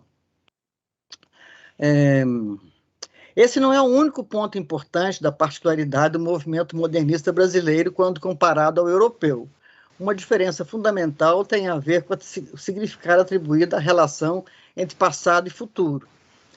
Essa diferença se verifica principalmente em relação ao movimento de vanguarda que recusavam veementemente o passado, como o futurismo de Marinetti, em que o passado era classificado em bloco como passadismo, e o progresso era exaltado a máquina e velocidade, significando ruptura e introduzindo o novo. O modernismo brasileiro, ao lado de uma postura vanguardista radical e antipassadista, propôs uma volta original ao passado e a valorização de todas as formas de expressão consideradas tradicionais. A ênfase posta no barroco do século XVIII e na obra de Antônio Francisco Lisboa, o Aleijadinho, transformam-os em ícones da arte nacional autêntica. A própria criação de uma instituição voltada à preservação do patrimônio cultural pode ser considerada como uma consequência dessa tomada de consciência sobre o passado, ou melhor, essa concepção singular de história como processo e sua forma original de compreender a relação entre passado, presente e futuro. O Barroco permitiu aos intelectuais articular um discurso sobre a nacionalidade identificado por seu caráter coletivo, enraizado na totalidade da vida social. Os intelectuais modernistas percebem o Barroco como sinônimo de civilidade, significado incorporado por seus integrantes como um vetor, uma espécie de operador totêmico em torno do qual determinado sistema simbólico, o patrimônio e a construção da nação se articulou. Então, essa é a importância.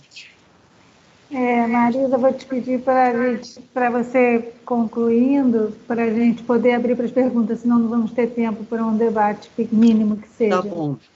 Tá bom? Tá bom. Obrigada. Então, já falei das aproximações, né, do Barroco, do modernismo, e agora, então,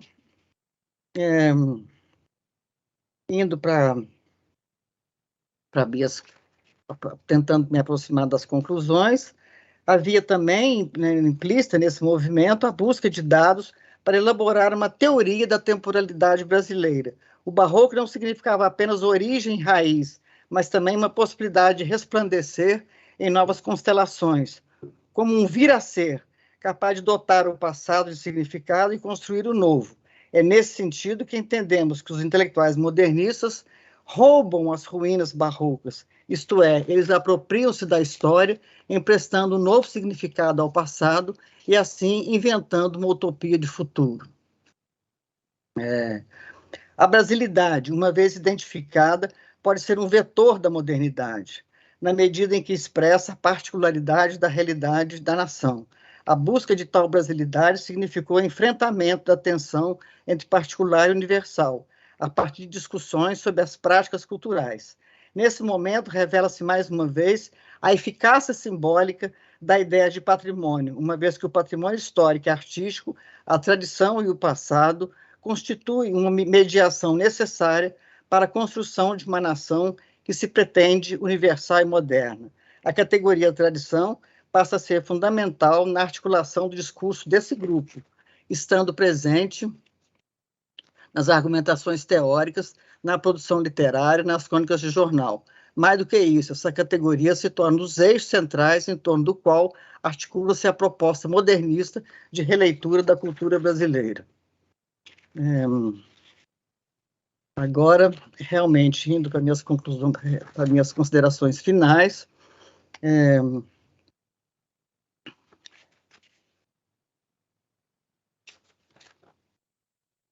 eu queria dizer, né, concluindo, que este percurso mostrou-se que a descoberta do barroco, do primitivo, entre aspas, que muitas vezes o barroco brasileiro era considerado primitivo, né, acabou favorecendo uma nova percepção sobre o popular. E essa nova percepção que se coloca na base do projeto coletivo modernista, de desrecalque da cultura brasileira e de reconhecimento da dignidade de formas culturais diferenciadas do modelo eurocêntrico. Por fim, tomando como exemplo as muitas realizações da Academia IFAM e dos atores do movimento modernista, podemos manter a utopia e sonhar com a construção do futuro pelas novas gerações, encarregadas de ressignificar a nação de modo inclusivo e consistente, enfatizando e valorizando a experiência elaborada cotidianamente por grupos diferenciados. Assim é possível modificar, por meio de valores estéticos e do conhecimento histórico, a precariedade e a dispersão de uma vida social fragmentada, propondo uma coesão simbólica que, ao vincular passado ao futuro, faz do presente uma força viva de transformação. Muito obrigado, desculpa pelo excesso de de ideia, de coisas e de vontade de falar, né, de expressar a riqueza desse período do patrimônio do nosso querido IPHAN, né, que tanto produziu, tanto significou, tanto significado tem para a cultura brasileira. Muito obrigado a todos e desculpe ter me alongado um pouco mais.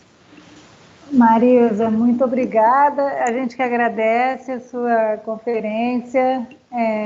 Agora, o tempo está um pouquinho adiantado, mas eu acho que a gente ainda tem uns 10 minutinhos para fazer alguns comentários e talvez alguma pergunta que venha pelo chat. Enfim, eu fico imaginando o seu trabalho no início dos anos 90, como ele causou impacto, né? Como ele trouxe. Eu tinha me formado na graduação e durante a minha graduação, que foi nos anos 80, ninguém falava desse assunto. O assunto era completamente ignorado. Quando eu fui no início dos anos 90 para a pós-graduação, ninguém sabia o que era IPHAN na área de história, né? Então, e isso não era só para a área de história, acho que só mesmo a arquitetura e os profissionais estavam diretamente envolvidos, ou no campo, nas instituições, ou em pesquisa como você, que eram raros, que sabiam do que se tratava, né? Então, a gente tem mesmo um momento de inauguração desse debate que vem nos 70 anos da Semana de Arte Moderna, né, em 92. Então, Exatamente. E agora a gente está completando os 100 anos da semana. É muito, por outro lado, assim, hoje, né, acho que o espírito em 92, apesar das questões políticas daquele momento, eram muito mais esperançosos, né? O espírito era de muito mais esperança do que a gente está tendo hoje, nesse centenário. O contexto das comemorações... Eu acho que a gente nunca imaginou que o contexto das comemorações dos 100 anos da semana e dos 200 anos da independência seriam tão dramáticos, né? Tão terrivelmente assustadores, tão espinhoso, adverso e mesmo perigoso, né? A gente não sabe onde vai dar ainda o destino político desse país. Enquanto a Semana de 22 e tudo que é construído a partir dali tem um espírito muito mais confiante, né? E esperançoso, vamos dizer assim. O seu trabalho também apresenta assim, para a gente, naquele momento, inaugura, e você que traz aqui novamente para a gente, a importância da pesquisa científica, né? Da pesquisa séria, da pesquisa, como o Rodrigo Melo Franco falava, ele não queria estudinhos superficiais sobre nada, ele queria um mergulho sobre o objetivo era a história da arte e da arquitetura no Brasil, voltado para o barroco. Sim, havia um foco específico sobre isso, mas a intenção era constituir um campo de estudos consistente, né? Então, por isso o seu insight, né, da academia IPHAN, e do ethos acadêmico da instituição, como você trabalha, é muito promissor, né? Muito seminal, porque realmente fala para a gente como que aqueles intelectuais estavam obstinados em construir um campo de estudos, um campo que subsidia uma política pública de patrimônio. Eu acho que isso é uma lição para a gente hoje, a própria instituição se constituía naquele momento como uma instituição de pesquisa e de produção de uma política de patrimônio. Eu acho que o IPHAN, enfim, o nosso IPHAN passou por todas essas décadas, né, da sua existência, lutando com essas duas frentes, vamos falar assim, de algum modo, produzindo conhecimento para subsidiar as políticas de patrimônio. dentro de um contexto, de uma concepção de pesquisa, de conhecimento, datadas, né, nos seus próprios contextos. E hoje em dia isso está revelado, expresso, né, principalmente na intenção, né, de formar profissionais nessa área também, né? Quando o IFAM cria um curso de especialização que se torna um mestrado profissional, é porque eles assumem o papel de formação de pesquisadores e de profissionais sempre visando o subsídio às políticas públicas de patrimônio. Então, o seu trabalho, com certeza, não deixa dúvidas a respeito disso, né? Marca uma posição muito claramente sobre esse lugar e sobre essa natureza mesmo da instituição, né?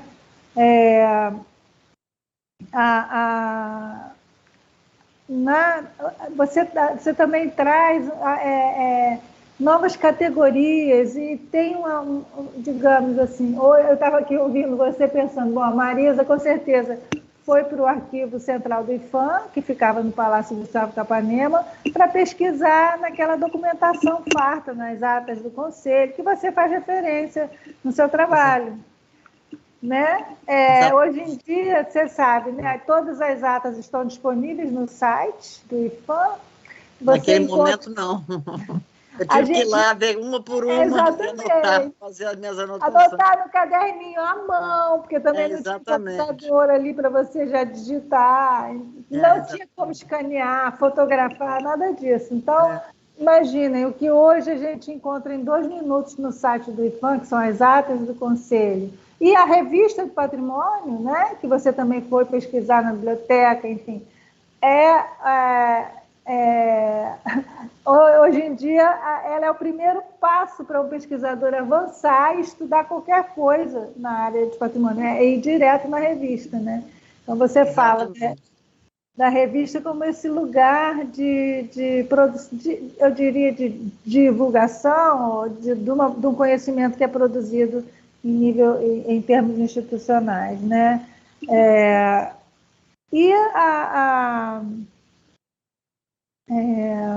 Eu pude pesquisar a revista do Patrimônio na casa da Clara Alvim, que é filha do Rodrigo Melo Franco, que é minha vizinha de bairro aqui em Brasília. E eu tive esse privilégio de conviver com a dona Graciema aqui em Brasília, e a Clara me disponibilizou o que ela tinha, né, a respeito dos números, todos os números da revista, né? E o resto foi feito lá no Rio, justamente no IFAM, né, que funcionava no Palácio Capanema, né? Eu ia mesmo falar... Tem muitas horas naquelas salas lá do IFAM, naquele lugar, né? O pessoal brincava, olha, eu acho que você já encontrou o Rodrigo por aí, né? Porque eu era tão mergulhada, e o Rodrigo vai aparecer para você aí. Eu ia mesmo falar desse outro lado do seu trabalho, que não é um trabalho que faz uma trajetória biográfica do Rodrigo, mas você enfatiza bastante esse personagem, né? E depois você escreve sobre a vida do Rodrigo, né? Você trabalha um pouquinho mais aprofundadamente na história de vida dele, enfim, como intelectual, né? E eu acho que também traz uma riqueza para o seu trabalho, porque humaniza, né, esses agentes que estão envolvidos aí nessas políticas, nessas lutas, nessas reflexões sobre o patrimônio.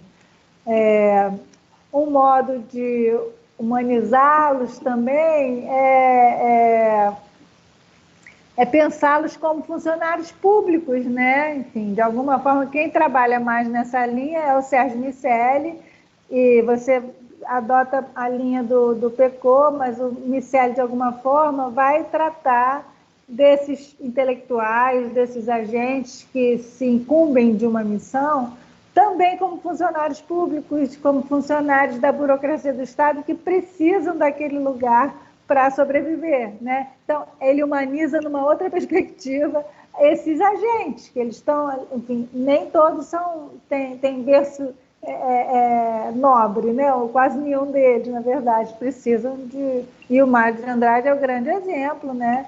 Precisa de um ganha-pão, vive situações difíceis nos anos 40, no Estado Novo, Mário de Andrade, né? Quando ele acaba o Departamento de Cultura de São Paulo, ele fica um pouco sem chão, sem trabalho, vem para o Rio, depois volta para São Paulo, é acolhido pela diretoria regional do IPHAN em São Paulo, mas de forma secundária, porque ele não vai dirigir a diretoria, ele vai trabalhar com o Luiz Saia, que é um grande amigo, enfim, que ele já tinha uma história, uma estrada juntos, mas ele passa por situações difíceis naquele contexto, né? Então e o grande nome, simplesmente o grande nome do modernismo brasileiro, né? O Mário de Andrade, ele assim, acho que é a grande estrela desse...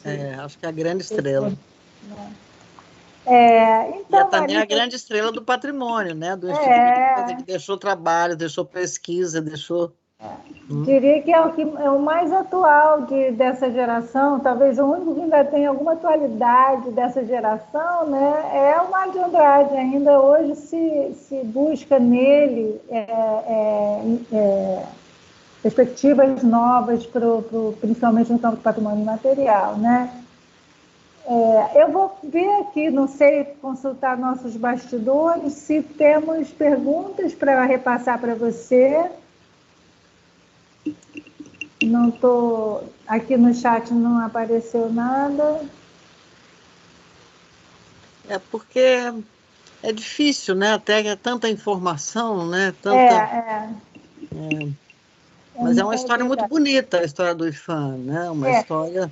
Eu ia brincar com você, Marisa, também, porque você é apaixonada, evidente, mostra sua paixão, assim, né, a olhos vistos. E aí eu ia perguntar a você se você, de certa forma, não ficou um pouco seduzida pelas suas fontes e pelos seus intelectuais, um pouco seduzida pela fala deles. Claro, fiquei certamente seduzida e estou até hoje, né? É uma paixão tão profunda que não acabou ainda, né?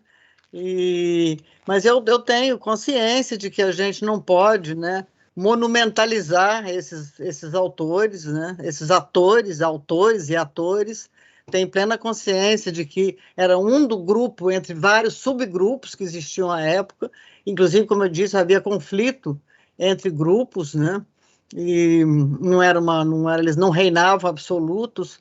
Então a gente às vezes fala, né, o grupo do patrimônio, o grupo modernista, mas na verdade era um subgrupo, né, dentro do movimento modernista, que tem vários grupos e subgrupos, cada um com uma proposta de compreender a cultura brasileira, de como lidar com essa cultura, né, voltando como grupo ANTA, voltando a um primitivo, a um primitivismo. E o que eu acho interessante do grupo do patrimônio é que eles querem voltar ao passado, mas não são passadistas, né? Eles são modernos, né? Então, isso eu acho que os diferencia muito. Eles vão criar essa relação entre o singular e o universal, que também me agrada muito, né? Eu, como antropóloga, gosto muito dessa ideia da universalidade da cultura humana, né? Então, assim, essa ideia de que, né, a espécie humana é capaz de produzir cultura, uma ideia assim, né, universalista que a antropologia traz um pouco. E então essa ideia de, quer dizer, ao lado da ideia de civilização como algo universal, né, que era entendida assim à época, né? Hoje em dia a gente já tem críticas à própria ideia, né, de civilização, a própria ideia mas eu não tenho intenção de monumentalizar nada disso e nem considerar como a voz única daquele período, né? Eu tenho consciência que havia muitos conflitos, inclusive entre o próprio grupo do IPHAN, né? Você tem conflitos, né? O Gilberto Freire era um grande amigo do Rodrigo, do Sérgio Buarque, frequentava o IPHAN. O IPHAN parece que era realmente uma espécie de academia, né? Pelo que eu pude saber da pesquisa, as pessoas que trabalhavam em outras instituições saíam no fim da tarde, todo mundo passava no IPHAN, e ali então tinham altas conversas e discussões, mesmo aqueles intelectuais que não pertenciam formalmente ao IPHAN, né? O Lúcio Costa foi um deles, né? Marisa, eu recebi aqui uma pergunta, eu vou repassar para você. É do Kaique Bezerra. Ele pergunta: quais seriam suas sugestões para quem está iniciando os estudos no tema de patrimônio cultural com a perspectiva do turismo? Antes de te passar, vou só falar que são muitas as felicitações e parabéns, felicitações no chat para você, para o evento. Teve um público bem interessante, e aí te passo essa pergunta. Você quer que eu releia ou não? Não, eu acho que essa é uma pergunta importante, porque essa discussão do turismo fica parecendo que o turismo é só consumo, né? O turismo é só, digamos, diletantismo, digamos assim, no sentido bem precário da palavra, né? E, na verdade, eu acho que você pode ter a valorização do patrimônio pode contribuir muito, né, com o próprio desenvolvimento do turismo, como atividade econômica sustentável, etc.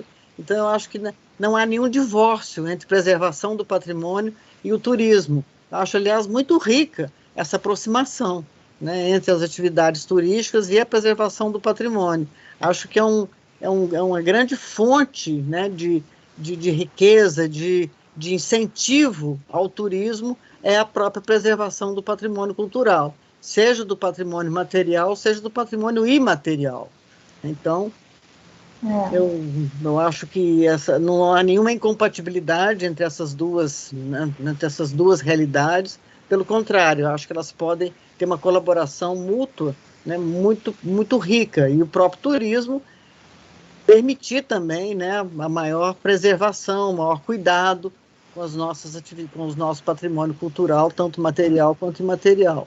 Eu acho que é uma ótima vertente de pesquisa e de atuação, né? Então, parabenizo aí o perguntador aí, que eu não escutei o nome dele, né, quem fez a pergunta, porque é um ótimo ponto mesmo, né?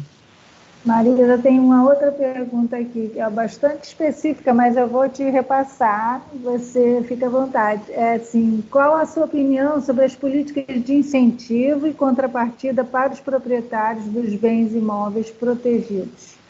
É feita pela Denise Slutsky. Bom, Denise, eu não tenho assim, muita noção do que né, desses procedimentos mais técnicos dentro do Instituto do Patrimônio Histórico, né? Que tipo de recompensas ou de digamos assim, de respaldo se teria aos próprios proprietários. Eu acho que eles deveriam receber algum incentivo, né, para poderem preservar esses imóveis, para poderem preservar, né, não descaracterizar essas propriedades. Deveria ter alguma forma de incentivo, deveria ter alguma forma de uma espécie de recompensa, né? Mas, como já se disse aqui, eu sou professora da Universidade de Brasília, então eu não estou dentro daqueles procedimentos mais técnicos, né, do Instituto do Patrimônio. Mas eu certamente acho que se deve ter, né, todo respeito aos proprietários e de uma colaboração, né, quanto mais íntima possível entre o patrimônio e os proprietários dos bens patrimoniais, né? Os proprietários privados, né? Eu vou complementar um pouquinho, falando que, na verdade, o Decreto-Lei 25 não prevê nenhum ressarcimento, né, aos proprietários. Na verdade, conta com os proprietários para a colaboração em defesa de um bem maior, que é coletivo, que seria o patrimônio. E de fato, hoje em dia, a patrimonialização muitas vezes cria benefícios no sentido de valorização do lugar em que se está o patrimônio. Exatamente, isso que eu estou dizendo. Então, isso é uma questão que vai sendo regulada para além sem a necessidade de transformar o Decreto-Lei 25, né, de alterar o Decreto-Lei 25. Tem outras perguntas aqui, Marisa, posso ler para você? Sim. A Magda e o João perguntam sobre a questão dos documentos e o patrimônio cultural. Eu não sei se é uma pergunta sobre a possibilidade de patrimonializar documentos. Enfim, não entendi muito bem. Vou ler a segunda também, pode ser? Pode. Rafael de Oliveira Cruz pergunta como a categoria de patrimônio ajuda a entender a paisagem como representante da cultura brasileira. Pois é, isso é um ponto importante, né? E a ideia de que hoje em dia a gente trabalha muito com a ideia de paisagem urbana, né? Que é formada pelos, digamos, pelos monumentos, né, concretos, materiais, né, que compõem o patrimônio e que define uma paisagem urbana. Eu já tentei estudar um pouco essa temática da relação entre o patrimônio e a própria gestão do espaço público urbano, nas cidades, né? Como que o patrimônio pode criar esse espaço público, seria um espaço de reforçar a cidadania, de reforçar a participação dos cidadãos na cidade, né, de que a cidade seja vivenciada, né, de uma maneira mais coletiva, menos individualista, né, mais, inclusive, humanizar mais essas paisagens urbanas que teria, eu acho que o patrimônio poderia, né, fazer parte, que deveria fazer cada vez mais parte dessas paisagens urbanas. Agora, existe um outro ponto que eu estou me lembrando de uma comemoração dos 20 anos do patrimônio, se não me engano. Eu até tenho aqui no meu texto, mas agora não vou conseguir encontrar, porque a gente está com certa pressa. O Rodrigo falando, né? Não fizemos muito pouco até hoje. Na verdade, tinha 300 e tantas obras e monumentos tombados e feito não sei o quê. E ele, ao fim, diz, apesar de tudo que fizemos, não conseguimos preservar as paisagens do Rio de Janeiro, né, que muitas vezes são importantes para dar visibilidade ao próprio patrimônio, etc, etc. Eu me lembro de um episódio que ocorreu há pouco tempo em Salvador, na Bahia, né, políticos querendo destruir, né, a visibilidade de um grande patrimônio, que eu não me lembro se era uma igreja, o que era, um bem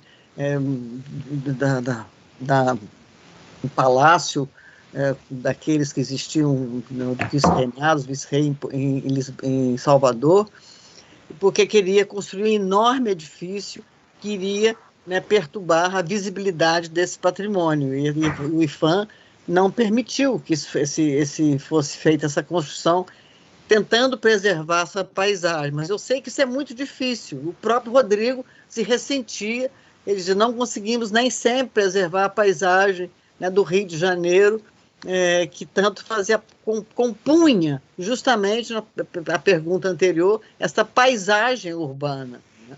Então, essa é uma questão importante. Né? Marisa, a pergunta sobre os documentos e o patrimônio cultural foi recolocada da mesma forma, então pediram para você não esquecer dela. Ah, tá. Eu acho que a questão da preservação dos documentos é muito importante, porque os documentos históricos, né, os documentos até mesmo etnográficos, digamos assim, né, são uma importância enorme para a pesquisa científica, para a própria preservação do patrimônio, e deveriam ter cada vez mais, né, formas de financiamento de preservação desse patrimônio documental, digamos assim, né? Entre patrimônio documental, eu considero, por exemplo, as várias cartas que estão escritas pelo Mário de Andrade. Tem cartas escritas no próprio punho, no arquivo do IPHAN, né, pelo Mário, pelo Carlos Drummond de Andrade. Então, é um acervo assim, fantástico, né, que deve estar tudo isso lá, mas é tal história. Hoje está digitalizado, está patrimonializado, assim, já era um patrimônio, mas com uma dificuldade de acesso muito grande, né? E esses documentos compõem, né, uma base de pesquisa muito importante. Então, eu acho que eles devem, sim, né, ser patrimonializados, ser preservados e se garantir formas de, como disse a Márcia no começo, políticas públicas, políticas do patrimônio que visassem a preservação desses documentos históricos e geográficos, etnográficos, etc. Né? Então, Marisa, acho que está na hora da gente encerrar, são 5:10, para ver se a gente Nossa, fecha. O tempo passou rápido. Boa, pois é. Então, eu te agradeço muito, foi muito bacana ouvir você, enfim, e trazer todo esse debate assim à tona e nessa centenário da semana, inaugurando esse evento que tem tudo para ser um sucesso. Então, muito obrigada, Marisa. Muito obrigada também a vocês, ao grupo do Fórum, né, do Fórum das Entidades de Proteção do Patrimônio Cultural. Muito obrigada ao GKS, né, GKS, e obrigada a todos os ouvintes, quem nos acompanhou, as perguntas. Foi para mim uma grande emoção também, sabe, participar desses seminários que hoje se iniciam. E, como eu disse, fiquei muito contente de que a gente introduzisse, né, nesse ano de comemoração da Semana de Arte Moderna, a temática do patrimônio. Eu acho que foi de uma importância enorme, né, esse fato, que vai continuar nos próximos seminários, né. Então, agradeço a todos que participaram desse momento e fico mesmo muito feliz de ter estado aqui com vocês. Espero ter contribuído com alguma coisa. Com certeza. Obrigada, Marisa. Acho que a Martina... Isso, vou retomar a palavra. Vocês me ouvem bem? Sim. Então, Marisa, querida, o nosso agradecimento pela aula magistral e também pela conversa tão carinhosamente conduzida pela Márcia. Eu estou aqui emocionada com o movimento que nós iniciamos hoje, né? E, mais uma vez, assim, meu mais sincero agradecimento à provocação feita pelo Hermano ao Fórum para que esse seminário acontecesse, né? Ouvi e veio à mente várias questões, e nós poderíamos aqui ter, né, uma longa conversa, mas talvez a mais marcante foi há poucos anos atrás, quando meu filho, então, na escola, aprendeu sobre o ciclo do ouro, sobre as cidades mineiras, né, e eu estou aqui em Porto Alegre, aqui no sul do país. A nossa distância para o centro do país, né, e para muitos dos lugares onde boa parte da história do Brasil aconteceu, só depois nós começamos a acontecer aqui no sul, né? Então, eu disse para ele, não, então vamos organizar uma das nossas saídas de férias, vamos passar por Minas, vamos a Ouro Preto, vamos, né, a Belo Horizonte, e aqui foi falado sobre o livro, né, de Manuel Bandeira, sobre Ouro Preto, e então... me remeti àquele momento em que eu estava passando com ele lá alguns anos atrás, e a gente teve a oportunidade de adquirir a reedição do livro, né? E há poucos dias atrás me chamaram aqui em Porto Alegre para recolher um acervo de um arquiteto falecido. A minha surpresa foram algumas malas de livros que nós trouxemos então para o nosso acervo de pesquisa, e tinha lá uma das primeiras versões impressas do livro sobre Ouro Preto, né, do Manuel Bandeira. Exatamente, assim, ainda com provavelmente uma das primeiras capas, uma das primeiras edições. Então agora eu tenho uma das mais antigas e uma das mais recentes, uma belíssima obra, e o quanto isso também esteve ali envolvido naquele momento da formação do SFAM. Então, assim, fiquei te ouvindo e fiquei quase que viajando junto e me remetendo a essa nossa oportunidade de estar em Ouro Preto. Outra coisa que me ocorre... Você teve também uma revelação. É muito impressionante, a gente parece que se reporta, né, aquele momento e compreende muito melhor isso que às vezes a gente só estuda nas bibliografias, né? Então, isso também eu me peguei pensando aqui. Eu acho que incrível como nós soubemos nos reinventar, né, apesar dos pesares, e aprendemos a tirar o melhor aqui das ferramentas digitais, né, em tempos de ensino remoto emergencial e dessa vida virtual aqui que a gente foi forçado a frequentar. Então, muito obrigada, e meu prazer em conhecer a professora Marisa pessoal virtualmente, né? Então, nós lemos as nossas referências bibliográficas, nós nem sempre temos oportunidade de conhecer. E nesse momento também agradeço muito. Eu penso muito nos nossos alunos, né, que estão em processo de formação, tanto na graduação quanto em mestrados e doutorados, né, e na oportunidade que eles vão ter aqui através do seminário, de poder conhecer os profissionais, os técnicos, as professoras, as pesquisadoras que tanto contribuíram para o campo do patrimônio cultural brasileiro. Lamento profundamente que, pelo atual momento, né, de desmantelamento das políticas públicas voltadas à cultura, Márcia, ironicamente, tem gente que não sabe o que significa a sigla do IPHAN hoje em dia, né? Lá vocês não sabiam o que era IPHAN, tem gente que hoje ainda não sabe, e gente importante, né? Que ainda não sabe o que significa IPHAN. E eu acredito, então, que os nossos convidados, ao longo do seminário, vão inspirar esses nossos jovens pesquisadores, os nossos alunos, porque, na verdade, o desafio de dar continuidade ao trabalho de preservação do nosso patrimônio vai estar na mão deles, né? Então, eu agradeço muitíssimo mais uma vez. E, para a gente encerrar, eu queria ainda anunciar que teremos, no dia 18 de maio, Maria Laura Viveiros de Castro Cavalcante, com mediação de Joana Correia, tratando sobre a movimentação em prol da defesa do folclore brasileiro nos anos de 1950. Nós tentamos fazer um calendário que seguisse mais ou menos a ordem dos artigos do livro, mas a Hermano pede aqui para eu avisar que o segundo texto de apresentação, que seria da Paula Berenstein, ela vai ter que ser em outra data, porque a Paula teve uma viagem. Então, a gente vai readequar o calendário, tá certo? O calendário a gente vai procurar deixar disponível na página da GKS e também do fórum, para que o pessoal consiga acompanhar aqui os nossos encontros, tá certo? Maravilha. Beijo grande a todos. Beijo, Marisa. Um beijo também. Muito obrigada a vocês pela receptividade, pelo convite, então, pela possibilidade de participar dessa importante instituição que, né, continuar valorizando, né, o nosso querido IPHAN. Uma honra para a gente ter vocês aqui essa noite. Muito obrigada mais uma vez. Agradeço ao Gabriel e ao Vinícius que nos deram suporte aqui na transmissão.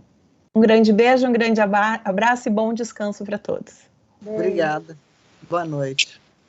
Beijos.